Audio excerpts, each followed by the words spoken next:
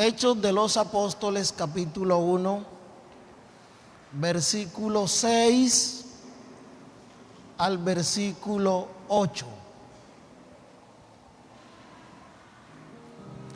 Entonces, los que se habían reunido le preguntaron diciendo: Señor, ¿restaurarás el reino a Israel en este tiempo? Les dijo: no os toca a vosotros saber los tiempos o las sazones que el Padre puso en su sola potestad, pero recibiréis poder cuando haya venido sobre vosotros el Espíritu Santo, y me seréis testigos en Jerusalén, en toda Judea, en Samaria y hasta lo último de la tierra. Amén. Oremos al Señor. Padre Dios, te adoramos. Gracias por la bendición de compartir la palabra en esta mañana. Gracias por concedernos estar en este escenario de culto, tributando honra, gloria y alabanza a su nombre. Gracias, Señor Jesús, por cada creyente, por cada amigo que presente o por los medios tecnológicos puede escuchar la palabra en esta mañana. Manda la palabra a nosotros. Manda la palabra a nuestra vida. Permite que esta produzca, oh Dios, crecimiento en nosotros. En el nombre de Jesús de Nazaret. Amén, amén, amén. Yo quiero, con la ayuda del Señor, hablarles en esta mañana de la clave para cumplir la misión. La clave para cumplir la misión. Y estaba pensando del valor que tiene una clave, y principalmente en este tiempo todos somos conscientes de ello. Y sabemos que conocer la clave de las cosas de alguna manera es tener dominio, control y autoridad sobre ellas. No conocer la clave de las cosas es perder la posibilidad de beneficiarnos de estas, por importantes que sean. Yo veo que cada rato los padres incluso tienen inconveniente con los hijos por estos aparaticos. Y esto le meten un código y usted puede saber mucho de esto, pero queda bloqueado. Esta semana íbamos a revisar una de las tesorerías y nos enredamos con esa clave. No pudimos abrir eso y yo le dije a la hermana: pues va a tocar llamar al pastor Abel. La clave de las cosas es muy importante. Si las conoces, tienes dominio y control sobre ellas. Si no la tienes, pierdes las posibilidades. Y yo quiero decirle, Satanás encerró al ser humano en la desesperanza. Y como está escrito en el libro sagrado, a sus presos nunca les abrió la cárcel. Parece que los hubiera encerrado y hubiera embolatado las llaves. Dice: nunca les abrió la cárcel. Y de ahí en adelante, el arma favorita del príncipe de las tinieblas es mantener a la gente sometida con la frase: no se puede. Y eso lo escuchamos con frecuencia. No se puede ser cristiano porque es muy duro. No se puede ser fiel porque el evangelio es difícil. No se puede ser santo. No se puede, no se puede, no se puede. Al joven le dice: no puedes porque eres joven. Y eso es para viejos que ya jugaron la vida. Al anciano le dice: ya lo que fue, fue. Y al otro le dice: no puedes porque tú tienes dinero y eso es para los pobres. Y al letrado le dice: no puedes porque tú eres letrado y eso lo hicieron para ignorantes. La frase de Satanás es: no se puede, no se puede, no se puede, no se puede. Lo que el malvado no quiere decir es que de arriba descendió el Santo de los santos y le ha revelado a los hombres el secreto para abrir los tesoros celestiales, y de eso vamos a hablar en esta mañana. Alabanzas sean dadas al Rey de Gloria. Yo no sé si en esta mañana hay un pentecostal agradecido con Dios por la revelación que ha tenido.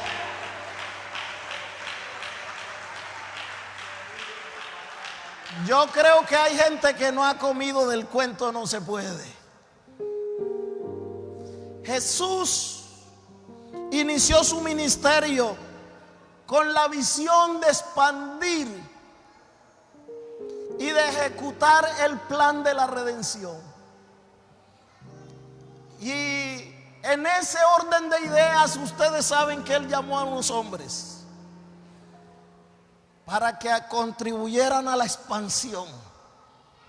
Esos que nosotros conocemos como los 12 apóstoles. Y cuando uno analiza el ministerio de los apóstoles, con facilidad piensa que eran unos superhumanos. Hombres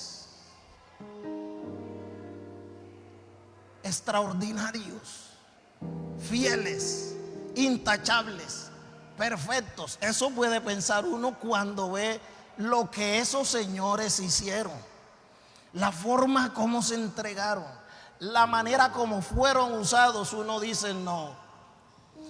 Pero yendo a la realidad, estos no eran intachables, no eran perfectos, no eran superhumanos. El Señor llamó a hombres comunes, hombres de carne y hueso, así como nosotros, hombres naturales, hombres llenos de debilidades, hombres con problemas como todos los mortales. No era gente extraordinaria. Consuélese con eso. Alabanza al Señor de la gloria. La palabra dice que 4 de ellos eran pescadores: Pedro, Andrés, Jacobo, Juan. Eran pescadores. Mateo era un publicano, es decir, un cobrador de impuestos, despreciado política, social y religiosamente. Si había algo que odiaban en Israel, eran a los cobradores de impuestos. Yo no sé si aquí haya uno, pero eso era ya alabanzas al Rey de la Gloria. En Israel odiaban los cobradores de impuestos, porque ellos pactaban con el imperio, cobraban una parte y la otra la metían en el bolsillo de atrás. Entonces el pueblo los tenía por ladrones. Y ser un cobrador de impuestos era ser uno de los pecadores extremos. Que así que el Señor llamó a un cobrador de impuestos, llamó 4 pescadores. Imagínense que el más honorable de los que Él llamó era Iscariote, y era ladrón. Era Iscariote. Iscariote era un profesional. La palabra Iscariote significa hombre gobernante, hombre de ciudad, hombre de gobierno. Es así que Iscariote era un administrador público. Pero mire usted, si el mejorcito era ladrón, ¿cómo estaría el resto? Entonces el Señor no llamó gente extraordinaria, llamó gente común. Pero cuando vemos esa gente común, uno ve que esa gente común hizo cosas fuera de lo común. Y si eran tan comunes, si eran tan normales y tan naturales, ¿por qué los llamó el Señor? Sencillamente los llamó porque el Señor sabía y sabe que hay un poder que hace personas extraordinarias.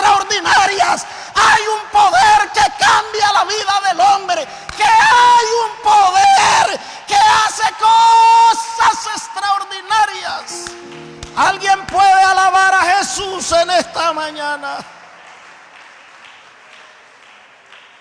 Y no es para conformarlo, pero quiero que veamos 5 problemas que tenían los hombres que el Señor llamó. Y uno de ellos era que sufrían temores como los demás mortales. A ellos también les daba miedo. Se puede recordar que en repetidas ocasiones Jesús les dijo: no temáis.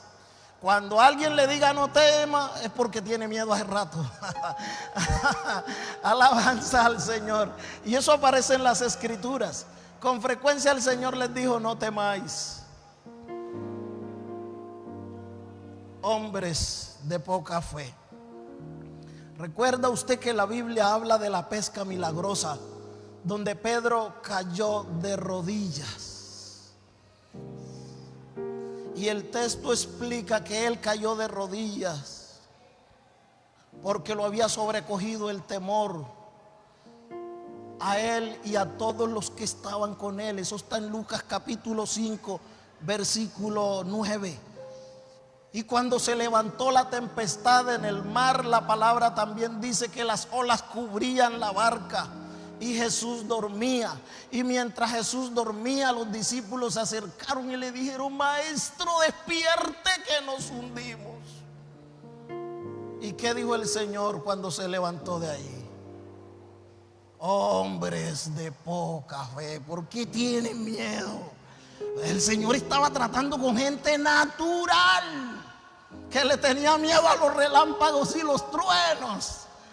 Cuando les caminó sobre las aguas, la palabra dice, vino a la 4ª vigilia. Y cuando los discípulos lo vieron andar sobre el agua, ¿qué dijeron? La palabra dice que se turbaron en gran manera y gritaron: ¡un fantasma! Les dio miedo de un fantasma. Y el Señor les dice: tened ánimo, yo soy. Está en San Mateo capítulo 14. Cuando les habló de las persecuciones venideras, Él comienza a decirle: yo os envío como ovejas en medio de lobos. Guardaos de los falsos hombres, porque os entregarán a los concilios y en sus sinagogas os azotarán, y aún ante los gobernadores y reyes seréis llevados por causa de mi nombre para testimonio a los gentiles. Y el Señor les continúa diciendo: el hermano entregará la muerte al hermano y el padre al hijo. Los hijos se levantarán contra los padres y los harán morir. Serán odiados de todos por causa de mi nombre. El que persevera hasta el fin será salvo. Y cuando los persigan en una ciudad, váyanse para la otra, y así sucesivo. Cuando el Señor terminó el discurso, los vio tan nerviosos que les tuvo que decir: no teman al que mata el cuerpo. Cuando el Señor quiso terminar de enseñar, ellos dijeron: no vamos a aguantar eso. Y estaban tan nerviosos que el Señor les dice: no teman al que mata el cuerpo, temed más bien a aquel que puede echarlos en cuerpo y alma al infierno. Esos hombres que Dios llamó no solo eran miedosos, tenían problemas de fe, como cualquiera de nosotros. Jesús en ocasiones les dijo que moriría, pero resucitaría. Eso Él los dijo varias veces por ahí conversando con ellos. Es necesario que el Hijo del Hombre muera y resucita al 3er día. Sin embargo, cuando María Magdalena les llegó con la noticia de la resurrección, ¿qué pasó? No creyeron. Mire que no eran tan extraordinarios, sí, así como usted y como yo eran. Cuando María llega diciendo: ha resucitado el Señor, no le creyeron. Y dice la palabra que ella, cuando llegó donde ellos estaban, los encontró llorando y triste. Cuando uno está afligido y está llorando, es porque la esperanza la tiene perdida. Dice que se le apareció a 2 de ellos que iban a Emaús, y tampoco a ellos le creyeron, al punto que la noticia de la resurrección, la palabra dice que a ellos les pareció locura. Y cuando el Señor se manifiesta a ellos, lo primero que hace es reprenderle su incredulidad y dureza de corazón, porque no habían creído a los que le habían visto resucitado. ¿A quién le reprendió la incredulidad y dureza de corazón? A los apóstoles. A esos que nosotros admiramos le reprendió su incredulidad y dureza de corazón, porque no habían creído al que le habían visto resucitado. ¿Y qué decir de ese que dijo: muéstranos al Padre? Usted habla del Padre y habla del Padre, muéstrenos a ver y nosotros nos convencemos. Ellos tenían sus problemas de fe. Otro problema que tenían, y es el tercero, no entendían las Escrituras. Esos extraordinarios no entendían las Escrituras, como le puede pasar a cualquiera que vino al culto y dice: ¿de qué fue que habló el pastor? Dijo un poco de cosas ahí, pero no le entendí nada.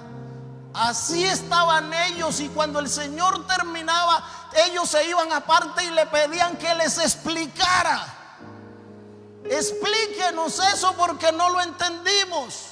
De ahí que cuando Pedro sale declarándole al Señor: tú eres el Cristo, el Hijo del Dios viviente, el Señor se queda mirándolo así, le dice: tú no te la sabías, esa te la reveló mi Padre que está en los cielos. Porque ellos no comprendían, y por no comprender, uno de ellos un día le dice: si no sabemos a dónde vas, ¿cómo vamos a conocer el camino? Tenían problemas para comprender las Escrituras. Y un cuarto problema: eran contenciosos. Y más que contenciosos, codiciosos. Usted recuerda cuando iban al camino a Capernaum, dice la Biblia, iban discutiendo sobre quién de ellos sería el mayor. Oiga, discutiendo, peleándose el puesto. ¿Cuál de ellos sería el mayor en el reino? Es más, dos de ellos trajeron la mamá donde el Señor y le dijeron: permite que en tu reino se siente un hijo mío a tu derecha y el otro a la izquierda, buscando posición. Y con ellos estaban diciendo que no comprendían los misterios del reino de los cielos, porque el Señor les dijo: esto no funciona así. El quinto problema que les encuentro era que eran desleales. Y ya usted estará diciendo: pues esta gente no tiene mucho que admirarle. Eran desleales. ¿Cuál de ellos estuvo en Getsemaní para apoyar al Señor cuando se enfrentaba a la tarea de llevar los pecados de la humanidad? Ninguno. La palabra dice: todos estaban durmiendo. ¿Dónde estaban cuando llegaron a prenderle? Ese día uno fue a traicionarle, 9 se escondieron en el jardín y 2 se quedaron cerca, pero uno de ellos más tarde le negó. Esa era la gente que el Señor llamó. Y cuando vemos el perfil de esta gente, uno dice: aquí no hay nada para desear. Y si se hubiesen quedado así, nada había que admirar en ellos. ¿Qué interés pueden despertar unos hombres sin educación, sin fama, sin dinero y llenos de defectos? ¿Qué admiración van a producir? Pero estos hombres sin educación, sin fama, sin dinero y llenos de defectos, la palabra dice que fueron exitosos, y de ellos se escribieron grandes páginas contando sus hazañas. ¿Sabe por qué lo lograron? Hombres llenos de defectos, ellos, sin fama, sin dinero, sin letras, pasaron a la historia y la fórmula fue una sola. Jesús les había dado la clave: recibiréis poder cuando venga sobre ustedes el Espíritu Santo.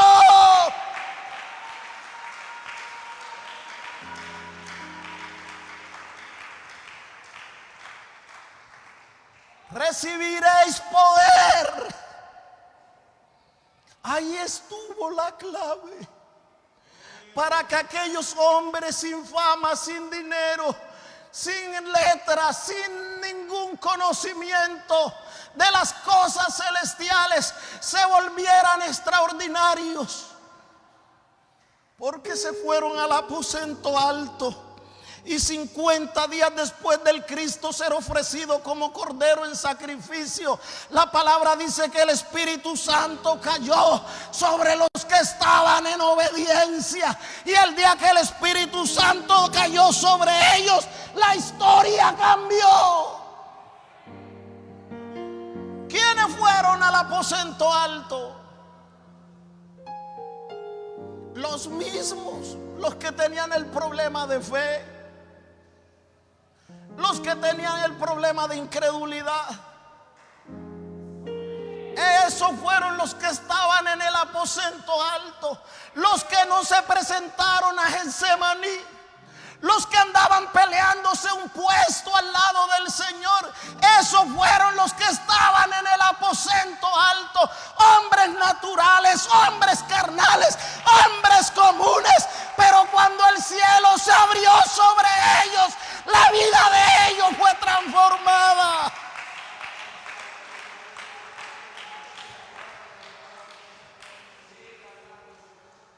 Por eso fue que Felipe, aquel ignorante que un día dijo: muéstranos al Padre y nos basta.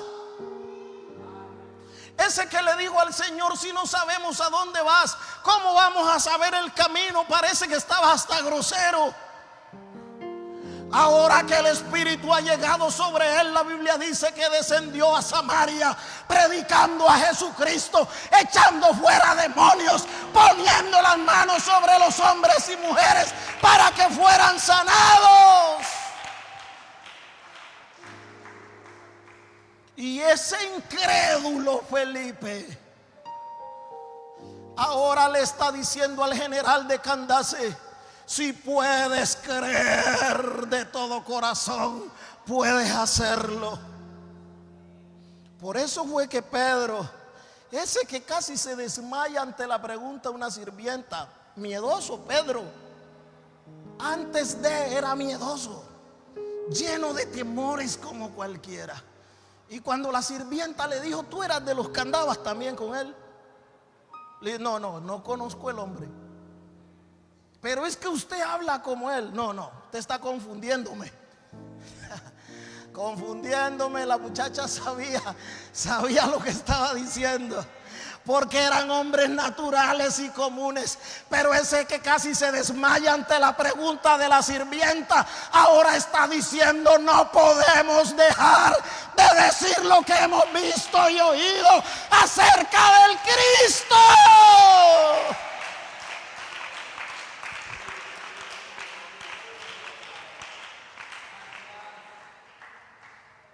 Y ahora no lo está diciendo delante de una sirvienta, ahora lo está diciendo delante de multitudes, lo dice delante de los gobernantes, lo dice delante del ejército. Los mismos que habían matado a Cristo, ahora le está diciendo: este Jesús que ustedes crucificaron, Dios lo ha hecho Señor y Cristo, y en ningún otro hay salvación, porque no hay otro nombre bajo el cielo dado a los hombres en que seamos salvos.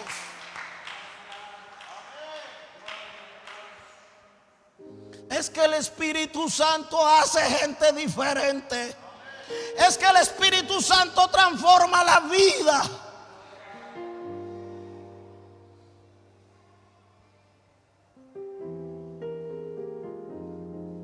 El Espíritu Santo hace posible lo imposible.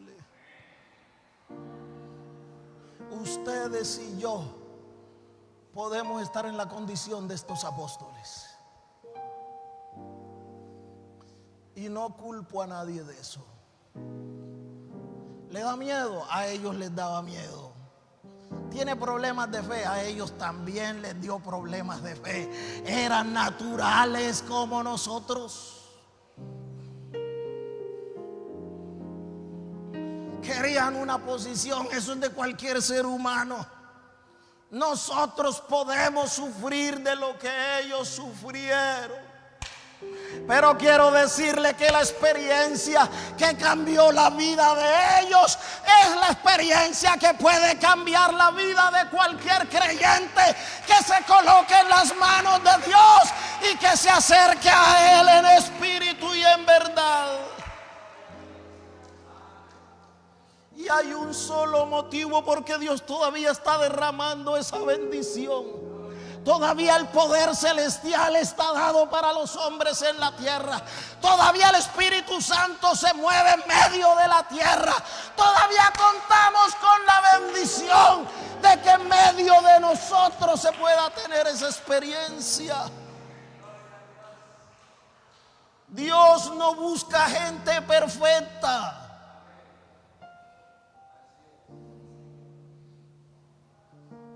Al contrario, Él busca a los imperfectos para perfeccionarlos. Él no anda buscando gente perfecta, gente completa, gente que no le falte nada. No, al contrario, como dice el adagio popular, entre más bravo el toro, mejor es la corrida. Entre más perdido está el ser humano, es ahí donde Él se glorifica. Alabanzas al Rey de Gloria. Alabanzas al Rey de Gloria. Si estás lleno de temores, de dificultades, y muchas veces el enemigo te dice: tú no puedes, ya no vas a ser capaz. Yo te quiero decir en esta mañana: hay un poder, un poder, un poder, un poder que viene de arriba, del corazón de Dios. Es lo que ha movido a la iglesia a lo largo de los tiempos.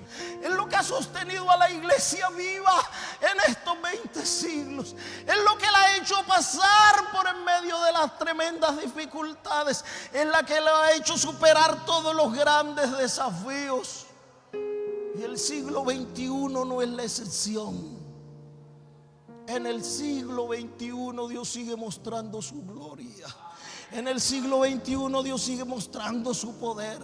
En el siglo XXI Dios sigue transformando vidas, haciendo de hombres débiles y de mujeres débiles gente poderosa para el reino de los cielos. Dios sigue empeñado en hacer verdaderos guerreros para la vida eterna, y para eso tiene la fórmula en medio de la iglesia. ¿Será que en esta mañana alguien quiere decirle al Señor: hágame así como uno de ellos? Hágame como uno de aquellos débiles que fueron convertidos en instrumentos, aquellos débiles que fueron convertidos en herramientas poderosas.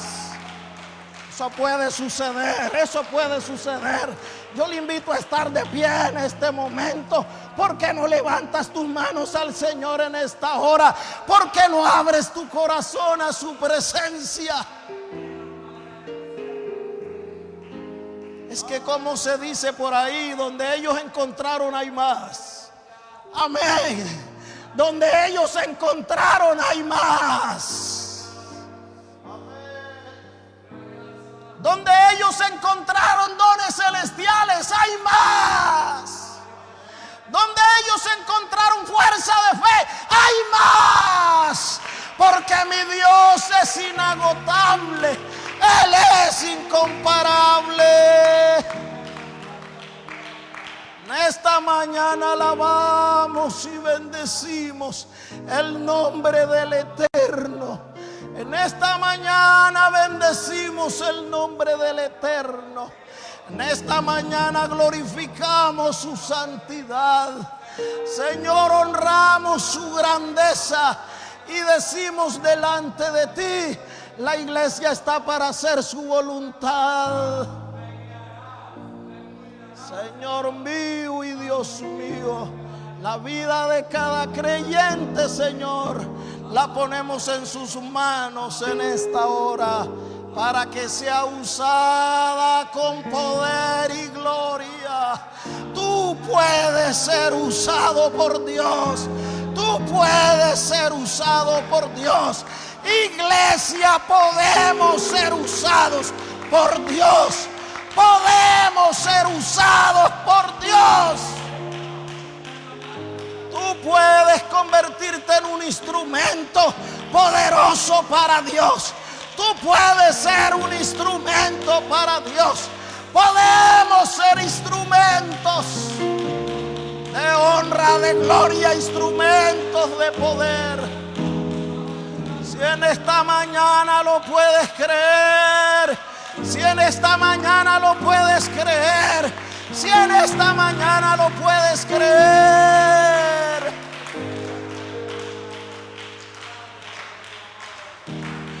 Esa palabra del Cristo sigue vigente. Recibiréis poder, recibiréis poder, recibiréis poder, recibiréis poder.